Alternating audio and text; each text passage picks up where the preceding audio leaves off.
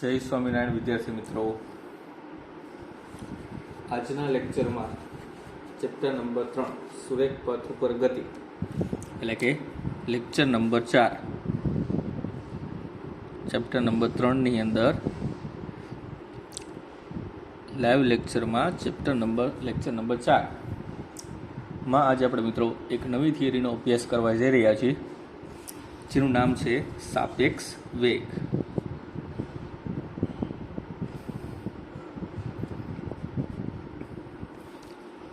આપણને ખબર છે ગતિ જે છે એ સાપેક્ષ ખ્યાલ છે.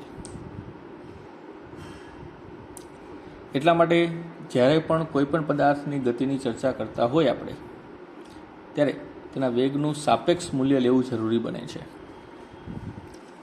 અત્યાર સુધી આપણે જે કંઈ પણ વેગ લીધેલા છે કે દરેક પદાર્થના વેગ, કાર હોય, ટ્રેન હોય કે કોઈ કણ હોય કે કાંઈ પણ હોય, એ દરેક પદાર્થના વેગ આપણે જમીનની સાપેક્ષે લીધેલા હતા. કારણ કે આપણને ખબર છે જમીન તો સ્થિર છે, એટલે જમીનની સાપેક્ષે પદાર્થ જેટલા વેગથી ગતિ કરતો હોય એ જ તેનો કાયદેસરનો વેગ થશે.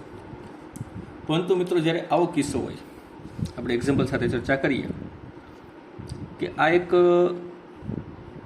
રેસિંગનો ટ્રેક છે. આપણે એવું વિચારીએ આ છે એક રેસિંગનો ટ્રેક,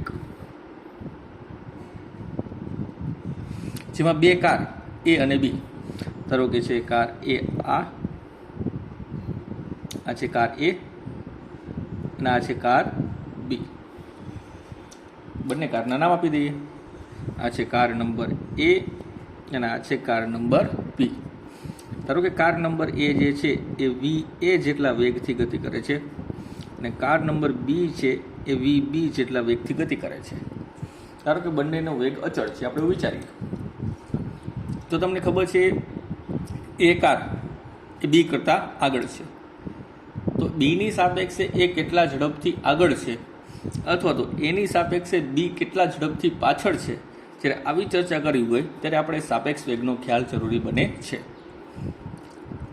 એ સાપેક્ષ વેગનું સૂત્ર બનાવવા માટે તમારે એક નાનકડી એવી કહેવાય ને ટ્રીક યાદ રાખવાની છે. શું છે? તો સાપેક્ષ વેગ બરાબર વી નો ની બરાબર વી નો માઇનસ વીની. આ તમારે ખાલી એક યાદ રાખવાનું. જેમ કે મારે જાણવું હોય કે એનો બીની સાપેક્ષે વેગ કેટલો થાય, એનો બીની સાપેક્ષે વેગ કેટલો થાય, જો એ મારે જાણવું હોય તો જ્યાં નો છે ત્યાં એ મૂકો, જ્યાં ની છે ત્યાં બી મૂકો. વાર્તા પૂરી. તો V A B is equal to V A minus V B. આ થઈ ગયો એનો બીની સાપેક્ષે વેગ. જો તમારે આનું ઊંધું જાણવું હોય કે બીનો એની સાપેક્ષે વેગ કેટલો છે, બીનો એની સાપેક્ષે વેગ, તો પછી અહીં લખવાનું મિત્રો વી બી એ. જ્યાં નો દેખાય ત્યાં બી, જ્યાં નહીં દેખાય ત્યાં A is equal to V B minus V A. તો આ છે મિત્રો એ સાપેક્ષ વેગ કહેવાય, એનો બીની સાપેક્ષે અથવા તો બીનો એની સાપેક્ષે. બંનેની અંદર ફેર શું છે? ચલો કહો તો મને, બંને અંદર ફરક શું છે? તો તમે એક વસ્તુ જોઈ શકો છો મિત્રો અહીંયા કે આ વી એ માઇનસ વી બી છે, જ્યારે વી બી માઇનસ વી એ છે. બંનેની અંદર બાદબાકી જ છે. અહીંયા બાદબાકીનો જવાબ ધન આવતો હોય તો એ જ બાદબાકીનું મૂલ્ય અહીંયા આવશે, પણ અહીં ઋણ આવશે. તો બંનેની અંદર ફેર એટલો, આ ધન હોય તો આ ઋણ હોય, આ ધન હોય તો આ ઋણ હોય. એટલે આ બંને સમીકરણ ઉપરથી આપણે એક સરસ મજાનું સમીકરણ બનાવી શકીએ. આ બંને ઉપરથી આપણે એક સરસ મજાનું સમીકરણ બનાવી શકીએ કે એનો બીની સાપેક્ષે જે વેગ હોય એના કરતાં બીનો એની સાપેક્ષે વેગ ઋણ મળે. ક્લિયર? એટલે V of A B is equal to always V of B A, પણ માઇનસ, અથવા તો અહીંયા વી ઓફ બી એ લખો તો is equal to minus V of A B લખી શકાય. તો આ જે છે સાપેક્ષ વેગની ચર્ચા છે.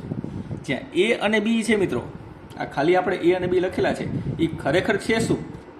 એ તો ખરેખર કંઈક આવું છે. એ તો ખરેખર કંઈક આવું છે. વી ઓફ એ એટલે ખરેખર કંઈક આવું છે, વી ઓફ એ જી. અને વી ઓફ બી એટલે શું છે? એ જે વી ઓફ બી જી. ત્યાં જી એટલે શું? જી એટલે ગ્રાઉન્ડ, ગ્રાઉન્ડ એટલે જમીન. એટલે ખાલી આપણે લખીએ છીએ એ, પણ ડિટેલમાં જો વાંચ્યું હોય તો આવું લખી શકાય, વી ઓફ એ જી, એટલે કે જમીનની સાપેક્ષે એનો વેગ, જમીનની સાપેક્ષે એનો વેગ. વી બીજી એટલે જમીનની સાપેક્ષે બીનો વેગ, પણ જમીન તો કેવી છે? સ્થિર છે. એટલા માટે આપણે ખાલી શું લખીએ છીએ? વી બી લખીએ છીએ. ક્લિયર? આ છે સાપેક્ષ વેગની ચર્ચા. આને આધારિત દાખલાઓ પણ ચર્ચા કરીશું, પણ એક નાનકડું એવું ઉદાહરણ આપી આપણે તેમના અલગ અલગ સાપેક્ષ વેગ કઈ રીતે શોધી શકાય એની ચર્ચા કરીએ. ધારો કે મિત્રો આ એક ટ્રેક છે, એક રોડ છે, એમાં આપણી પાસે છે એક સાયકલ,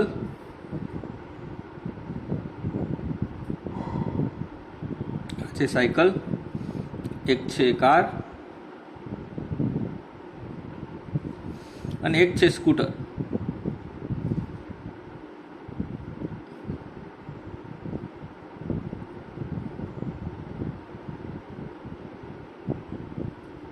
આ છે સ્કૂટર. ક્લિયર? આ ત્રણ વસ્તુ છે આપણી પાસે. સ્કૂટરનું મોઢું આપણે આ બાજુ દર્શાવીએ.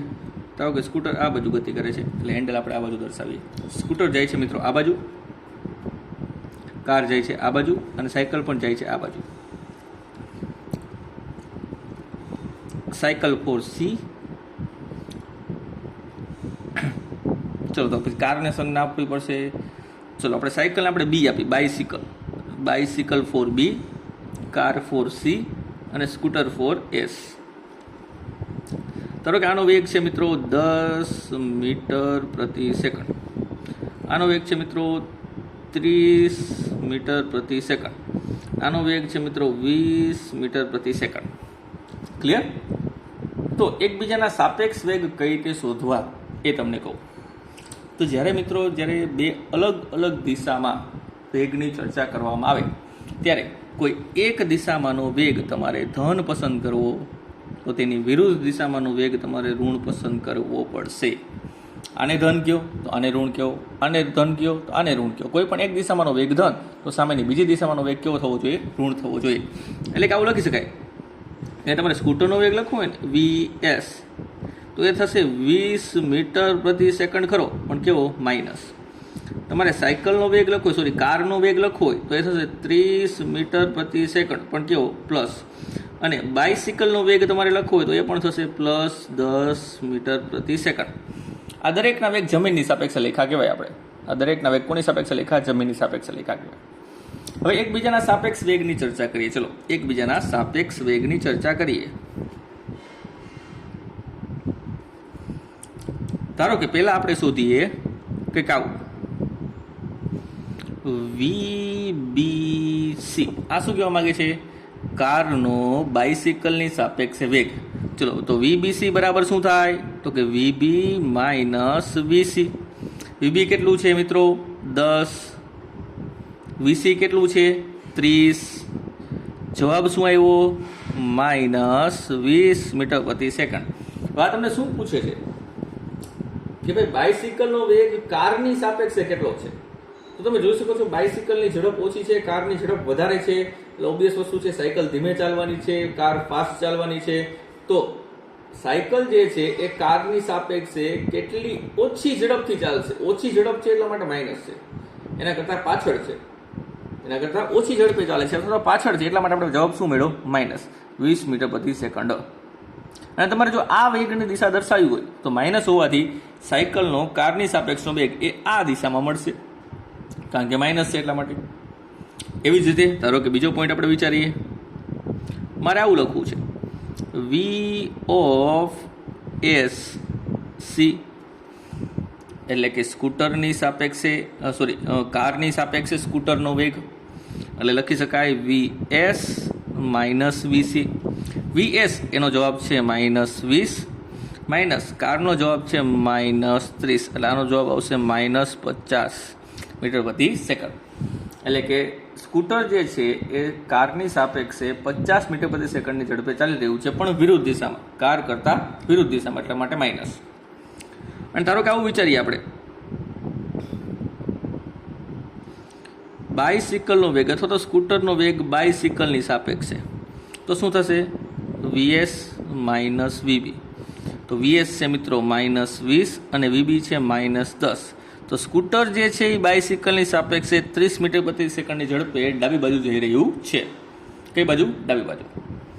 જો તમે આનું ઊંધું વિચારવા જાઓ તો શું થશે? વિચારો તો, આ દરેકનું ઊંધું વિચારો. તો ધારો કે મારે અહીંયા જાણવું છે V of CB, તો જવાબ શું આવશે? એટલે કે બાઇસિકલની સાપેક્ષે કારનો વેગ કેટલો છે? તો એ છે +20 મીટર પ્રતિ સેકન્ડ. કારણ કે V of BC માઇનસ છે, તો V of CB પ્લસ મળવું જોઈએ. આની જેમ જ તે એક પ્લસ તો બીજું માઇનસ. તો અહીંયા જાણવું હોય તો V of CS એટલે કે સ્કૂટરની સાપેક્ષે કારનો વેગ કેટલો હશે? તો કે +50 મીટર પ્રતિ સેકન્ડ. એવી રીતે અહીંયા બાઇસિકલની વેગ સ્કૂટરની સાપેક્ષે કેટલો હશે? 30 મીટર પ્રતિ સેકન્ડ. જેનો હોય ને એની દિશા લાગુ પડે. જેનો વેગ તમે માપતા હોય એની દિશા મોટાભાગે લાગુ પડતી હોય છે. ક્લિયર? તો આ બધા તેના એક્ઝામ્પલ છે. ધન પણ મળે સાપેક્ષ વેગ, ઋણ પણ મળે, જે માત્ર શું દર્શાવે છે? દિશાને સંબંધિત ચર્ચા રહેશે. જે માત્ર કોને સંબંધિત ચર્ચા છે? દિશાને સંબંધિત ચર્ચા છે. ચલો સ્ટાર્ટ કરીએ આના દાખલાઓથી. સૌપ્રથમ આપણે જોઈશું એક નાનકડું એવું ઉદાહરણ જે ટેક્સ્ટબુકની અંદર તમને આપેલું છે. એનો અભ્યાસ પહેલાં આપણે સૌપ્રથમ કરવાનો છે. ટેક્સ્ટબુકનું ઉદાહરણ નંબર 3.9. ટેક્સ્ટબુકનું ઉદાહરણ નંબર 3.9. ચલો તો આ વાત કરીશું આગળ. હવે ઉદાહરણ નંબર 3.9 સૂત્ર આપણને યાદ રહી ગયું છે. હવે V નો ની બરાબર V નો માઇનસ ની. ઉદાહરણ નંબર 3.9.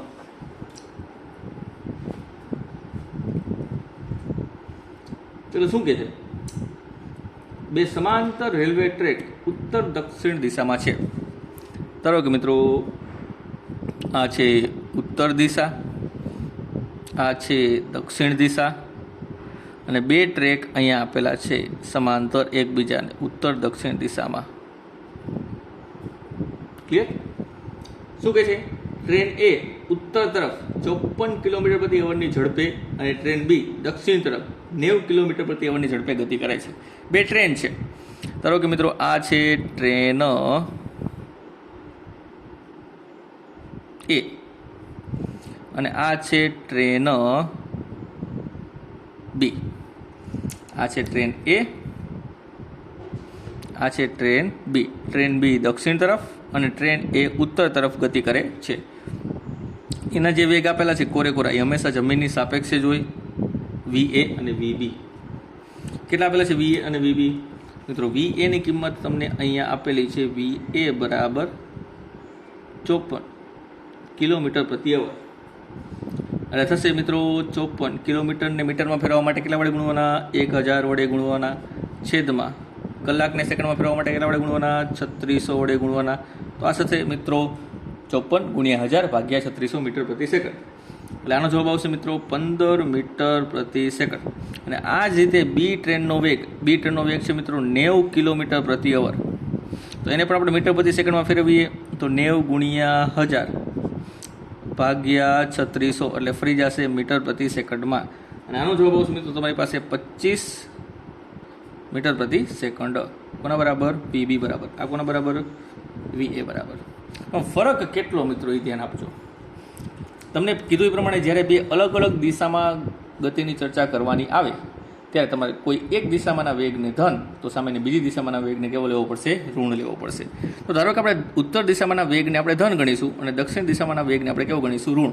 તો A નો વેગ એ +15 થશે અને B નો વેગ -25 થશે. ક્લિયર? પેલા આ ચૂઝ કરી નાખવા. તો કયા કયા પ્રશ્ન તમને પૂછેલા છે એ આપણે જોતા જઈએ. પ્રશ્ન નંબર A. A ની સાપેક્ષે B નો વેગ. પ્રશ્ન છે A ની સાપેક્ષે B નો વેગ. ચલો A ની સાપેક્ષે B નો વેગ શોધવાનો છે. કોનો વેગ છે? B નો. તો E આગળ. કોની સાપેક્ષે છે? A ની સાપેક્ષે. તો A પાછળ. એના બરાબર થશે નો માઇનસ ની એટલે VB માઇનસ VA. ચલો VB કેટલું છે મિત્રો? VB છે -25 અને VA કેટલું છે? -15. -15 -25 એટલે થશે મિત્રો -40 મીટર પ્રતિ સેકન્ડ. તો આ થઈ ગયો A ની સાપેક્ષે B નો વેગ. બીનો વેગ હોવાથી જવાબ ઋણમાં આવશે, કારણ કે બી ઋણ દિશામાં ગતિ કરે છે તેમ કહી શકાય. બી ઋણ દિશામાં ગતિ કરતું હોવાથી તેનો વેગ કેવો આવશે? માઇનસ આવશે. ક્લિયર? ચલો, આ થઈ ગયો એની સાપેક્ષે બીનો વેગ. બીજો પ્રશ્ન એમાં બીની સાપેક્ષે જમીનનો વેગ. બીની સાપેક્ષે જમીન એટલે કે ગ્રાઉન્ડ નો વેગ. ચલો, એ કઈ રીતે કેલ્ક્યુલેટ કરીશું આપણે બીની સાપેક્ષે જમીનનો વેગ? એના માટે સેમ વસ્તુ કે અહીંયા જેનો છે એ આગળ જમીનનો છે તો જી આગળ, બીની સાપેક્ષે છે તો બી પાછળ, એટલે VGB શું થશે? VGB. તો VGB બરાબર લખવાનું આપણે VG માઇનસ VB. પણ જમીનનો વેગ તો શૂન્ય હોય, માઇનસ બીનો વેગ છે મિત્રો -25, એ છે -25, એટલે માઇનસ થઈ જશે +25 મીટર પ્રતિ સેકન્ડ. કોના બરાબર? VGB બરાબર. VGB બરાબર થશે +25 મીટર પ્રતિ સેકન્ડ. એટલે કે તમે ટ્રેનમાં બેઠા હોય અને બારીમાંથી ડાફોડિયું કાઢો તો આપણે ટ્રેન આ બાજુ જતી દેખાય. કેટલાના વેગથી? 25 મીટર પ્રતિ સેકન્ડના વેગથી. પણ તો નીચે જુઓ તો જમીન તમને તેની વિરુદ્ધ દિશામાં ગતિ કરતી હોય ને એવું દેખાય આપણને. એટલા માટે જમીનનો વેગ શું મળ્યો? બીની સાપેક્ષે પ્લસ મળ્યો. જુઓ, એટલે ટ્રેન ભલે આ બાજુ ગતિ કરે પણ જમીન આ બાજુ એટલે કે ધન દિશા તરફ ગતિ કરે એવું દેખાય, એવો ભાસ થાય. ચલો, હવે છે પ્રશ્ન નંબર C. ત્રીજો પ્રશ્ન કે ટ્રેન એની છત પર તેની ગતિની વિરુદ્ધ દિશામાં, ટ્રેન આ બાજુ જાય છે તો તેની ગતિની વિરુદ્ધ દિશામાં, એટલે આ બાજુ થયું, દક્ષિણ દિશા બાજુ થયું. દક્ષિણ દિશા બાજુ ટ્રેન એની સાપેક્ષે 18 કિલોમીટર પ્રતિ અવરની ઝડપથી દોડતા વાંદરાનો વેગ. ચલો, અહીં એક વાંદરો દોડે છે મિત્રો. આ છે વાંદરો. આપણે એવું વિચારી, આપણા વડવાઓ છે આપણા જેવા લાગતા હોય, એ આ બાજુ ગતિ કરે છે. ક્લિયર? ટ્રેન એની વિરુદ્ધ દિશામાં. પણ એનો વેગ કોરો નથી આપ્યો મિત્રો. જુઓ તમે, એનો વેગ એની સાપેક્ષે આપેલો છે. વાંદરો ફોર મંકી, તો અહીંયા તમને આપેલું છે મંકીનો વેગ એટલે VM. કોની સાપેક્ષે? એની સાપેક્ષે, એટલે VMA. કેટલો આપેલો છે? 18 કિલોમીટર પ્રતિ અવર. ચલો, પેલા એને મીટર પ્રતિ સેકન્ડમાં ફેરવો તો 18 ગુણ્યા 1000 ભાગ્યા 3600. આનો જવાબ શું આવશે મિત્રો? આનો જવાબ આવશે 5 મીટર પ્રતિ સેકન્ડ. વાંદરાનો વેગ તમારે અહીંયા લેવો પડશે ઋણ. કેમ ઋણ? તો તમે સમજી શકો છો. તેની દિશા દક્ષિણ દિશા તરફ છે, તેની ગતિની દિશા, એટલા માટે એ થશે માઇનસ. શું થશે? માઇનસ. આ તમને આપેલું છે. તો શોધવાનું શું છે? એ દોડતા વાંદરાનો વેગ જમીન ઉપર ઊભેલી વ્યક્તિની સાપેક્ષે શોધો. એટલે એ વાંદરાનો વેગ જમીનની સાપેક્ષે તમારે શોધવાનો છે. એટલે વાંદરાનો જમીનની સાપેક્ષે વેગ, વાંદરાનો જમીનની સાપેક્ષે વેગ, એટલે તમારે VM શોધવાનું છે. જમીનની સાપેક્ષે એટલે જી તો જનરલી આપણે લખતા નથી, કારણ કે VA આ VB છે એ બધા જમીનની સાપેક્ષે જ છે, પણ આ પાછળ આપણે જી લખતા નથી. કારણ તો કે જમીનની સાપેક્ષે આપણને ખબર જ છે. તો તમારે VM શોધવાનું છે. તો આપેલું જ છે તમને. આ જ સમીકરણનો આપણે ઉપયોગ કરીએ. ચલો, શું છે સમીકરણ? VMA. તો VMA બરાબર શું થાય? નો માઇનસ ની, તો નો માઇનસ ની, એટલે મંકીનો વાંદરાનો એની સાપેક્ષે વેગ થયો. તો VM આપણે શોધવાનું છે. તો VM ને કરતા બનાવો તો VM બરાબર થશે VMA પ્લસ VA. તો VMA કેટલો થશે મિત્રો? -5, એ તમને આપેલું છે. પ્લસ VA કેટલો થાય છે? VA છે મિત્રો 15. તો જવાબ આવશે તમારી પાસે 10 મીટર પ્રતિ સેકન્ડ. 10 મીટર પ્રતિ સેકન્ડ. જો આનો જવાબ ધન આવ્યો, આનો જવાબ ધન આવ્યો. એટલે વાંદરો ભલે ટ્રેન ઉપર ચડીને દક્ષિણ દિશામાં ગતિ કરતો હોય, પણ તેનો જવાબ +10, એટલે કે આ બાજુ ગતિ કરતો દેખાશે જમીન ઉપર ઊભેલી વ્યક્તિને. જમીન ઉપર ઊભેલી વ્યક્તિને વાંદરો કઈ બાજુ ગતિ કરતો દેખાશે? જમણી બાજુ ગતિ કરતો દેખાશે, કારણ કે ટ્રેન આખી છે એ આ બાજુ ગતિ કરે છે અને એનો વેગ જે છે એ વાંદરાના વેગ કરતાં વધારે છે. તો એની ઉપર કોઈ પણ વ્યક્તિ તેની વિરુદ્ધ દિશામાં દોડતું હોય તે હંમેશા જેનો વેગ વધારે હોય એ દિશામાં જ દેખાય. એટલે આ દિશા ખરી પણ કઈ દિશામાં હશે મિત્રો?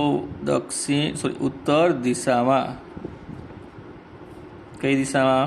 ઉત્તર દિશામાં. ક્લિયર? તો આ તો એક નાનકડો સ્વાધ્યાયનો 3.9 નંબરનો દાખલો જોઈ લેશું એક આ કમ્પ્લીટલી. પછી સ્વાધ્યાયના એક નવા દાખલા તરફ આગળ વધીએ. ચલો, એના જેવો એક નાનકડો દાખલો છે સ્વાધ્યાયનો 3.5 નંબરનો દાખલો. સ્વાધ્યાય 3.5 ટચુકડો એવો છે, સિમ્પલ એવો, MCQમાં પૂછાય એવો. જોઈએ શું કહેવા માંગે છે.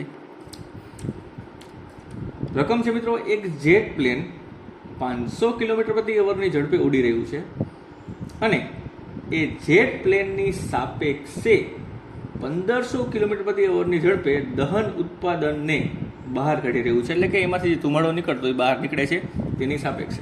એટલે વિચારી લો મિત્રો કે ધારો કે આ જેટ પ્લેન છે, આપણે દોરવાની ટ્રાય કરીએ. આ છે જેટ પ્લેન,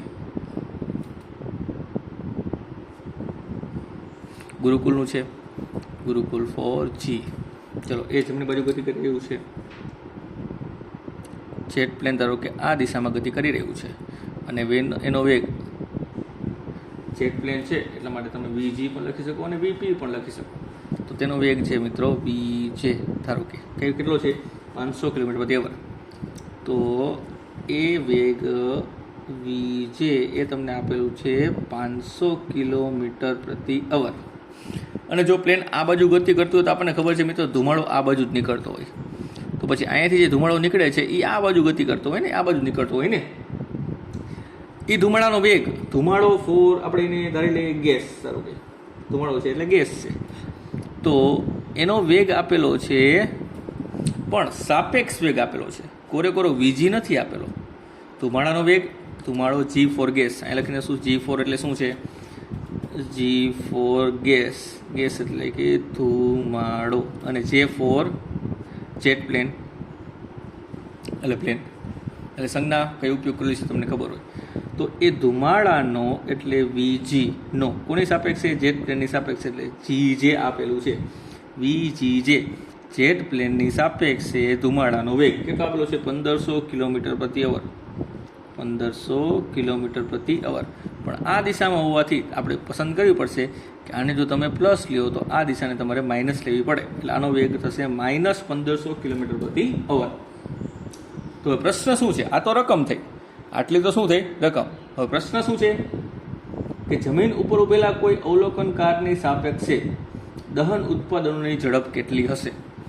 જમીન પર ઉભેલા કોઈ વ્યક્તિને આમાંથી જે ધુમાડો બહાર નીકળે છે એની ખાસી ઝડપ જે છે એ કેટલી દેખાશે? એટલે કોરી ઝડપ જમીનની સાપેક્ષે કેટલી દેખાશે? જમીનની સાપેક્ષે એટલે ખાલી VG લખી દો ચાલે. VG તમારે શોધવાનું છે. તો જે અહીંયા આપેલું છે એનો જ આપણે ઉપયોગ કરીએ. તમને આપેલું છે કે જેટ પ્લેનની સાપેક્ષે